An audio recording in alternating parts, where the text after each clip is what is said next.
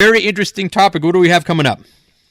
So, a lot of people may be thinking about whether or not they should be aging at home versus making a move into perhaps some kind of residence. The pandemic has put downsizing and moving plans on hold for many people. So, right after the 3:30 CTV News, we're going to hear from real estate transition specialist Stefanie Cadou about trends in the market and what you can do with your home while staying put. That's coming up after the 3:30 CTV News. Life Unrehearsed, brought to you by Caregiver Crosswalk, Dementia Care Consulting. Never roam alone. Corey, any plans? I mean, you have older kids, but any plans for the March break? Well, I'm on March break because I am not teaching this week. That's right. So that's fun. But I hope to. I've spoken about going somewhere with my daughter, although she's not off March break, but maybe we'll do something tomorrow. And I plan on doing a webinar next week. Yes. That's what I'm doing on my time off. What about you? Yeah, I figured what could be safe. I'm not so sure about the cinemas, but some people are going. I'm going to go with my daughter, a friend of hers, to the Eco Museum in St. Anne de Bellevue. So we booked online on the weekend. We're heading there Tuesday afternoon. I've never been after all these years, so I'm actually kind of looking forward to it. It's a bit of an outdoor activity as well, so I think I'm quite comfortable, and I hope everyone has a chance to get out there during the March break if you have a little time. Sage advice, Matt, because certainly that's the same thing as what we were talking about on the first half of the show. Get outside and exercise. Yes. It's good for your health, it's good for your heart, and it's also good for your mental health. So let's talk about aging. Speaking of aging, let's talk about aging. Just some little statistics. In fact, over the next 20 years, there'll be a 50% increase in those who've aged 65 years or older. Many Montrealers have been in their homes for a long time. Some are considering downsizing to a condo or an apartment. Others are moving into retirement homes. Yet many have put any downsizing plans on hold right now because of the pandemic, and I can understand that. So here's a question: what can you do to maximize the value of your home while you're waiting it out? And why are some people actually weighing or making the move during or not making the move during worrisome times? Matt, I know this is a topic that's right up your alley, so I'm hoping you're going to weigh in on this as well. But I'm also really thrilled to welcome senior real estate specialist and transition expert, Stefanie Cadou. She's on the line. So, Steph, welcome to Life Unrehearsed. Well, thank you, Corey. Thank you, Matt. Welcome, Stefanie. Thank you. So, if you know why I'm laughing, for those who don't know, I'm going to let the cat out of the bag. That's Matt's wife, and she's just lovely. So I'm going to do hopefully something Matt doesn't do so much to you. I'm going to put you on hold for a sec because I actually want to start with Matt because I know this is a topic that he's familiar with. So I want to start with you. I'll take care of Zola in the meantime. Okay. Zola, our Great Dane, Corey, remember. That's right. We got to have her on the show as well. To keep her not barking for 30 minutes here. True. So, Matt, there's no question you have helped hundreds of families transition their loved ones into retirement homes and senior residences. What are you seeing out there regarding people's choice to age at home versus making the move? Yeah, big topic for parents, for grandparents, and a lot of the sandwich generation, the adult children, because for sure we've seen that many people have simply decided to stay put. We're not moving. We don't want to even consider it. Pandemic, although the conversation is starting now. There's a little bit of hope, and vaccinations are starting, but in situations where we've seen care levels that are increasing, families are starting to do it on their own. They would start with family or a spouse, then they may get some CLSC help or some private home care. So we're seeing a lot of that. But as a result, I'm getting lots of calls these days from caregivers in particular that are simply exhausted. To provide support for a loved one, not easy, but for the first month during the pandemic, all right, everyone's all hands on deck, we're helping out. Well, people are working from home, there's a little bit more some flexibility, but we're a year into this, Corey, and people are exhausted. They just simply can't do it anymore. So I would say, in general, if care levels are manageable, many are choosing to age in home a little longer. So that said, now I'd like to bring Stefanie back into the conversation. Stefanie, for those who are deciding to stay at home for the time being? Is there something that can be done to prepare the home for the market and maximize its value? Actually, Corey, it's the perfect opportunity to prepare your home for market, because we all know that houses sell extremely quickly now. So when you put the sign in front of the house, you better be ready, because it's not going to last long on market.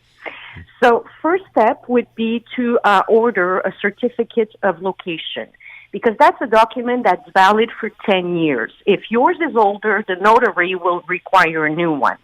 And land surveyors are extremely busy nowadays. There's at least a 4-month period before you can get your certificate. So if you do it ahead of time, it's perfect. I'm also a very big fan, very strong believer in pre-sale inspections. So a building inspection will come to your house and do a thorough examination of your house from top to bottom. He will provide the vendor with a report. Now, the report is a very exhaustive document. We're talking about 80 pages on average. But there's lots of pictures, not to worry. There's lots of pictures. But this document allows you to know exactly the condition of your property, and if certain things should be addressed before you put it on the market in order to maximize the value of the property. And it's also extremely valuable in a vendor's market like we have now. Let me explain myself. Let's say that your report says that you have 3 foundation cracks. The buyer gets a copy of the report with the declaration of the seller, and he has to read it and sign it. He's still allowed to do his own pre-purchase inspection. However, whatever the vendor has disclosed cannot be renegotiated. You cannot renegotiate the price down for those 3 foundation cracks because we disclosed them. So in a market like we have now, there's more buyers than vendors, and a lot of buyers are overbidding, hoping to bring the price down after inspection. If you provide the buyer with the inspection, well, you stop that right away, because they cannot claim they didn't know. They had to read the inspection with their offer. It makes so much sense. Oh my God! Stefanie Cadou, senior real estate specialist and transition expert. Stefanie, I know you get a question a lot, even after these inspection reports, which I don't think are a lot. It's like $600 or something like this, and that's correct. It's and it saves you thousands. Oh yeah, best investment you could do. But I always get asked sometimes that the difference between should I repair or should I renovate? Can you explain the difference and what you would do? Well, a repair is maintenance. Think of that as the not so glamorous expenses. A leaking roof, foundation cracks, plumbing issues. It's what will bring down the value of your property. So it should be addressed. Renovations, it's purely based on your own lifestyle and your own taste. So if you plan on staying 5 years in your house and you're fed up of your old kitchen, well, by all means, renovate and enjoy your new kitchen. However, if you plan on selling the house in a year, well, there's no guarantee that your renovation is what the buyer had in mind. So he may cut from the price he's offering to renovate your renovation. Makes sense. That makes perfect sense. So you're listening to Life Unrehearsed, and that's Stefanie Cadou, senior real estate specialist and transition expert. She's giving me, oh my God, I hope my husband's listening and taking notes. Anyways, I have the script I can follow.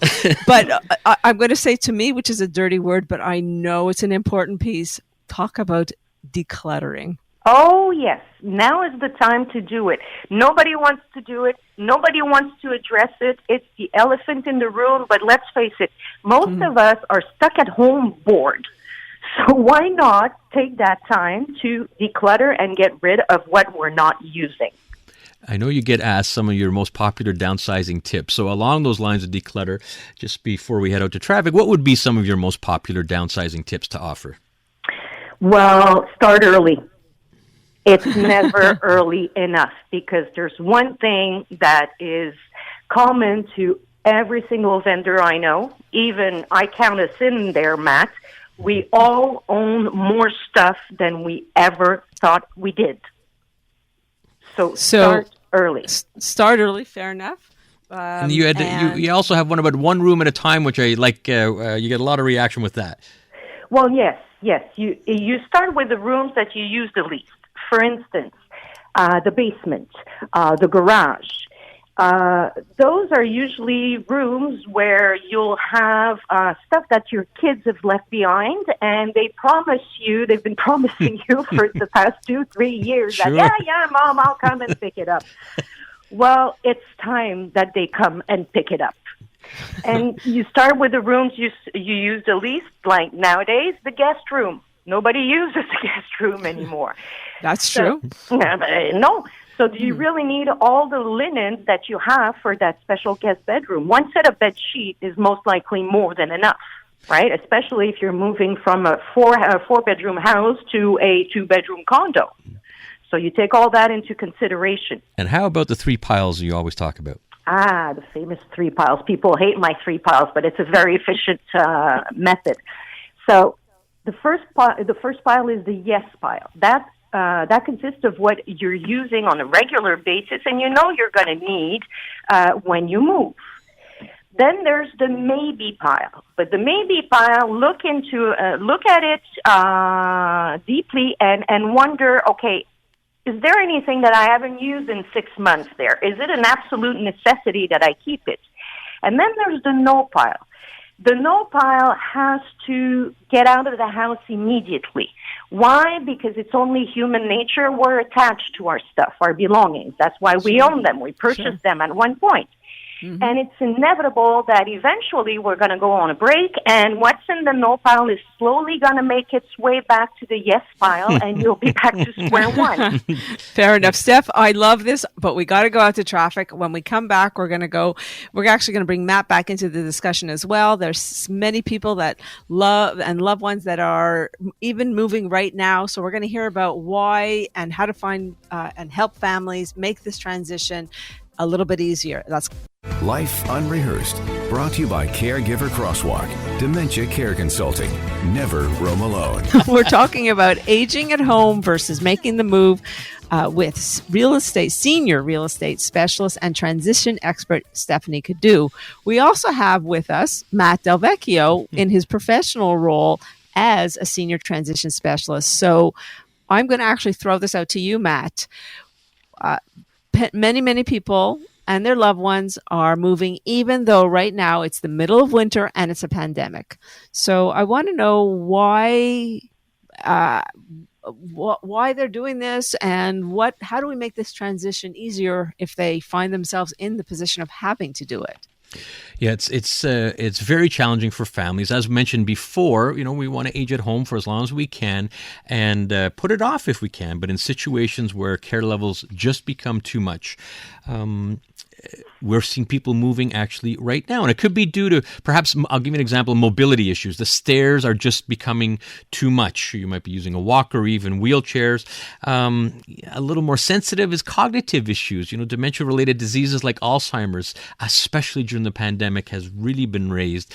But I would say the biggest factor is that caregiver stress that I was talking about. It's a year now. It is becoming a lot for spouses and the adult children. So we're getting calls right now saying, look, we need to start moving. It could either be next week, it could be in a month or two, but those are the types of calls we're getting because the senior living industry right now has been turned upside down. Any of those that are offering independent living, regular, with kitchens and you're cooking your own food, they have been affected dramatically. Vacancies are at unheard of levels because people are staying home longer, which makes perfect sense. Right. Yes. I would expect they're going to get very busy as vaccinations ramp up and spring and summer start coming along. However, those residences that are offering assisted living or even long-term care, availability is very, very tight. And we feel bad for families because when you're, I guess, I don't want to even say desperate, but when you're anxious and you have to make that call, what's available out there. So it's more difficult to start finding assisted living and long-term care. So, I want to bring Stefanie back into it because sometimes it may be because you don't have a choice. You need to move right away. And other times, look, it's maybe time. The house is becoming too much and we want to start that moving and downsizing process. So Stephanie, when it becomes simply too much for families, maybe there's adult children out of town or busy professionals or it's hard on the spouse, what do you suggest to families when it becomes too overwhelming when dealing with a move? Well, number one is to recognize that it's overwhelming and never be afraid to ask for help. Mm-hmm. Get the help you need.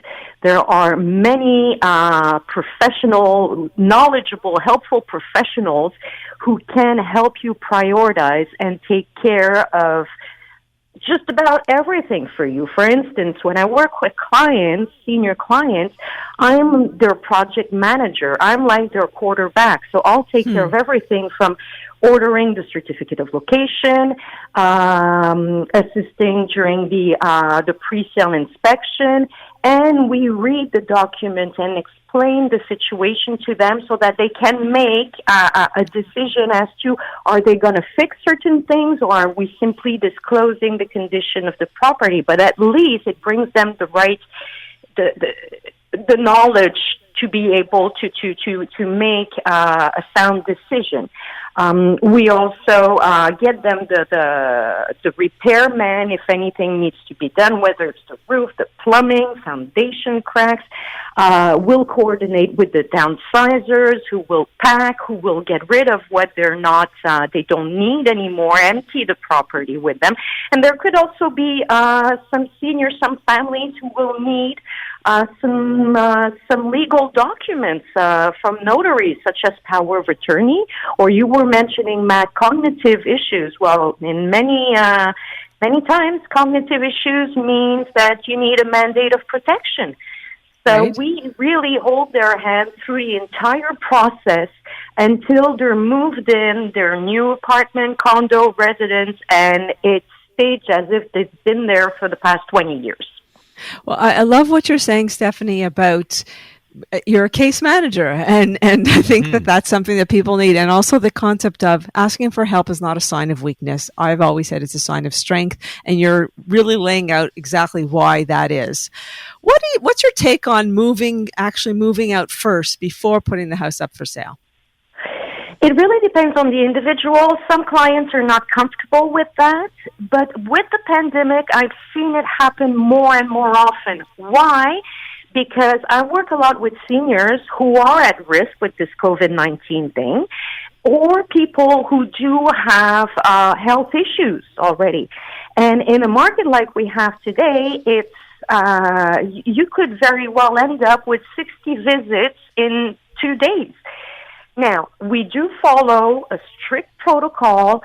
There are rules that we must abide by, but nothing is risk-free.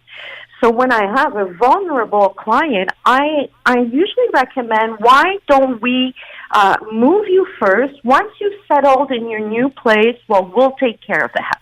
It's amazing. Sometimes you wouldn't think that, wait a minute, move and have a sort of an empty house or a half-empty house. But you see this all the time now, especially in multi-bid situations. So quite an interesting concept. That's senior real estate specialist and transition expert Stefanie Cadou. We have to wrap up here, but we take out your crystal ball, Stephanie. What do you foresee in the real estate market in the next 6 months to a year? Well, I don't know if it's crystal ball, but it's a wish of mine. I hope we're going to gain control over this pandemic with vaccination, and people are going to be free to live again. So hopefully, with this vaccination campaign, seniors are going to be able to move to and downsize to condos, apartments, and residences, and we're going to be able to see a bit more houses on the market, because right now inventory is at all times low. It's extremely difficult on buyers. It's really hard on them. And again, it's also hard on vendors who feel invaded by all those visitors, and you get 10 offers on your property. You really need good advice from a good broker to know, okay, which one do we take? And you, Steph, are giving us, thank you, very, very sound, good advice. So amen to everything you've said. How can people reach you? Well, you can give me a call at 514-885-3524 or visit my website at movingsenior.ca. Well, Stephanie, thank you very much. movingsenior.ca. That's senior real estate specialist and transition expert Stefanie Cadou. Corey, real quick, what do we have coming up next week? We'll be talking to Montreal music sensation Bela. She was actually told by doctors that she'd never be able to sing. She ended up being the grand prize winner of Canada's Walk of Fame Emerging Musician Program. What amazing story. That'll be next week. And we're going to be celebrating a couple of inspiring women as we approach International Women's Day. Thank you all for tuning in to Life Unrehearsed. Thank you to our technical producer, Jimmy G. You can catch us every Saturday on CJD 800 at 3 p.m. Life Unrehearsed, brought to you by Leanna Senior Transition Support, specialists in downsizing and seniors residences.